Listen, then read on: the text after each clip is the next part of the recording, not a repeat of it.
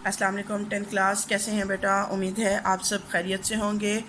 آج آپ کی جو ہے اردو کی کتاب پنجاب ٹیکسٹ بک کی دہم کی اس کے نئے چیپٹر کے ساتھ آپ کے سامنے حاضر ہوں۔ آج ہم جو چیپٹر پڑھیں گے اس چیپٹر کا نام ہے جی بیٹا، آج ہم پڑھیں گے سبق نظریہ پاکستان۔ بسم اللہ الرحمن الرحیم سے سبق کا آغاز کرتے ہیں، نظریہ پاکستان۔ لیکن اس سبق کو پڑھنے سے پہلے ہم اس سبق کے مصنف کے بارے میں پڑھ لیتے ہیں۔ اس سبق کے جو مصنف ہیں وہ ہیں ڈاکٹر غلام مصطفیٰ خان۔ ڈاکٹر غلام مصطفیٰ خان جو 1912 میں جو پیدا ہوئے اور 2005 میں انہوں نے وفات پائی۔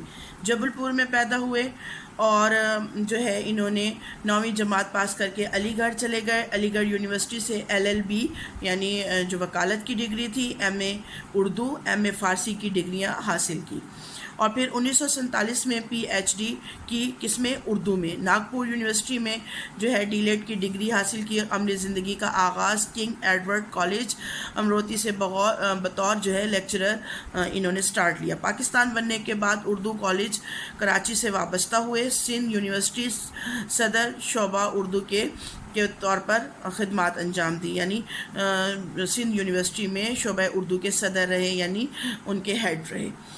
انہیں ستارہ امتیاز، نقوش ایوارڈ اور اقبال ایوارڈ اور نشان سپاس سے جو ہے وہ دیا گیا۔ انہوں نے مذہب، پاکستان، ادب، تصوف اور اخلاق جیسے موضوعات پر جو ہے وہ بہت سی تحریریں اور کتابیں لکھی۔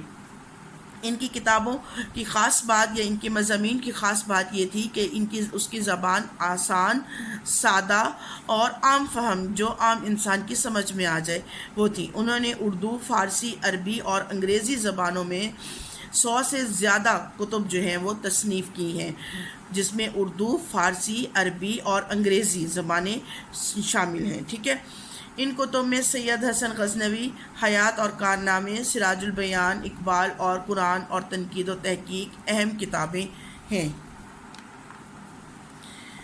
نظریہ پاکستان جیسا کہ آپ جانتے ہیں کہ پاکستان کو حاصل کرنے کے لیے مسلمانوں نے برصغیر پاک و ہند کے مسلمانوں نے بے شمار قربانیاں دیں۔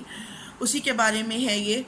وہ کہتے ہیں کہ مسلمانوں نے ہمیشہ رواداری کو اپنا شیوا بنایا۔ رواداری یعنی مستقل مزاجی کو، شیوا کہتے ہیں طریقے کو۔ لیکن جب کفر و الحاد غلبہ حاصل کرنا چاہتا ہے، لیکن جب کفر جو ہے وہ اسلام پر غالب آنا چاہتا ہے تو مسلمان اس مقابلے کے لیے کیا ہوتا ہے؟ ڈٹ کر کھڑا ہو جاتا ہے۔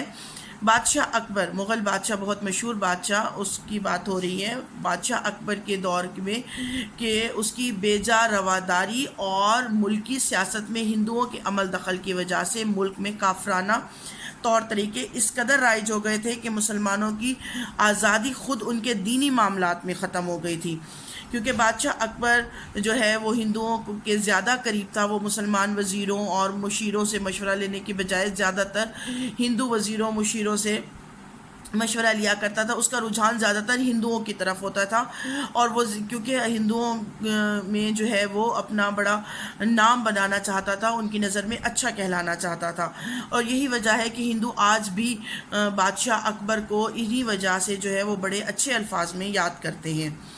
بادشاہ اکبر کی بے جا رواداری اور ملک کی سیاست میں ہندوؤں کے عمل دخل کی وجہ سے ملک میں کیا ہو گئے تھے کہ کافرانہ طور طریقے بہت رائج ہو گئے تھے، اور یہاں تک کہ مسلمان ریاست ہوتے ہوئے بھی مسلمانوں کو اپنی آزادی جو ہے دینی معاملات میں ختم ہوتی نظر آ رہی تھی۔ یہ وہ خطرے کا وقت تھا جب مسلمانوں کے دین کو خطرہ لاحق تھا۔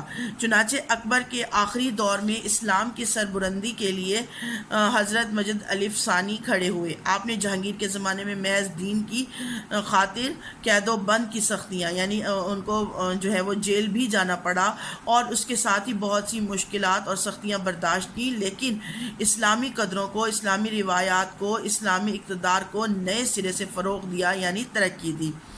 اسی کا اثر تھا کہ اس کا شاہ جہاں اور بعد میں اس کا بیٹا اورنگزیب دین کے طرف بہت زیادہ مائل ہوئے اور دین کی بہت زیادہ خدمت کی۔ لیکن اورنگزیب کے بعد اس کے بیٹوں کے باہمی نفاق یعنی آپس میں نا اتفاقی اور کمزوری کی وجہ سے مغلیہ سلطنت کا زوال شروع ہو گیا۔ مرہٹوں اور ہندوؤں نے کئی گروپ جو ہے وہ گروہوں نے سر اٹھایا، انگریزوں نے اپنے قدم جمائے، ملک میں انتشار پھیل گیا، یعنی بے چینی پھیل گئی۔ لیکن ایسے حالات میں، ایسے گئے گزرے حالات میں بھی قوم کو فروغ دینے اور اسلام کو سر بلند کرنے کی کوششیں جاری رہیں۔ یہ آغاز جو ہے وہ بادشاہ اکبر کی وجہ سے ہوا، اور آہستہ آہستہ یہاں پر ہندوؤں نے، مرہٹوں نے اور انگریزوں نے اپنے قدم جمائے، اور مسلمان جو تھے، مسلمان بادشاہ اور مسلمان قوم جو تھی وہ عیش و آرام اور اس میں پڑ گئی تھی، جس کی وجہ سے جو ہے ملک کمزور ہوتا گیا۔ ایسی حالات میں بھی اسلام کی سربلندی کے لیے کوششیں جاری رکھی گئی۔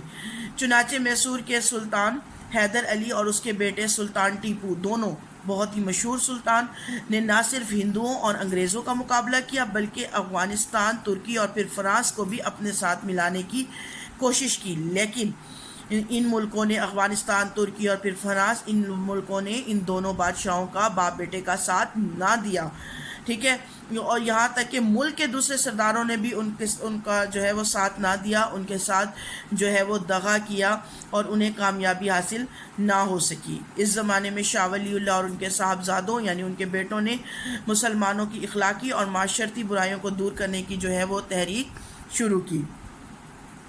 ان کے پوتے شاہ اسماعیل نے اپنے مرشد سید احمد بریلوی رحمۃ اللہ کے ساتھ اسلامی اصولوں کو دوبارہ رائج کرنے اور ملک کو غلامی سے آزاد کرانے کی کوششوں میں 1831 میں اپنی جانوں کا نذرانہ پیش کیا۔ تاہم انہوں نے مسلمانوں کے دل میں جوش اور ولولہ پیدا کر دیا تھا، اسی لیے 1857 کی جنگ آزادی میں مسلمانوں نے اپنے قدم جمانے کی بھرپور کوشش کی، لیکن اس وقت تک وہ بے سود تھا، لیکن اس وقت تک انگریزی اقتدار جو تھا وہ بہت مستحکم ہو چکا تھا، یعنی بہت مضبوط ہو چکا تھا، اسی لیے مسلمانوں کو جو ہے وہ کامیابی نہ مل سکی۔ اس زمانے میں سر سید احمد خان نے مجبوراً انگریزوں سے مفاہمت کو غنیمت جانا۔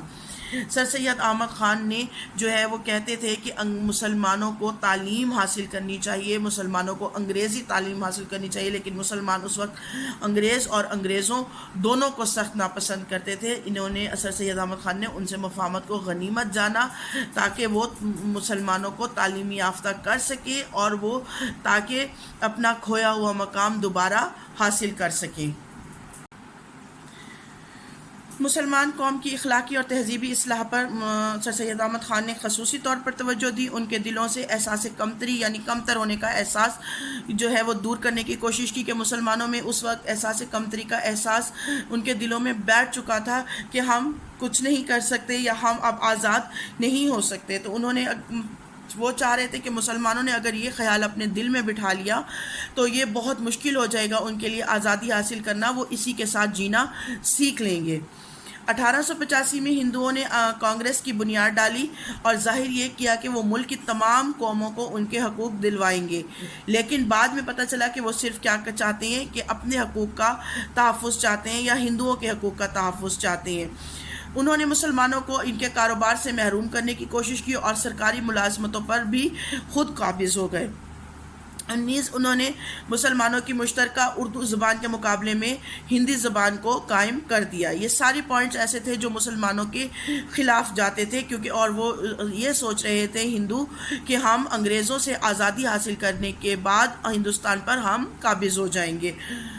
سر سید احمد خان نے مسلمانوں کو ہندوؤں کی کانگریس اور ان کی سیاست سے الگ کرنے کی کوشش کی، اور ان کے ایک دوست مولانا محمد قاسم رحمۃ اللہ علیہ نے دیوبند میں مسلمانوں کی دینی تعلیم کی طرف توجہ دی۔ پھر سر سید احمد خان کے ایک رفیق کہتے ہیں دوست کو، نواب وقار الملک نے 1906 میں کل ہند مسلم لیگ کے نام سے مسلمانوں کی ایک الگ تنظیم کی بنیاد ڈالی۔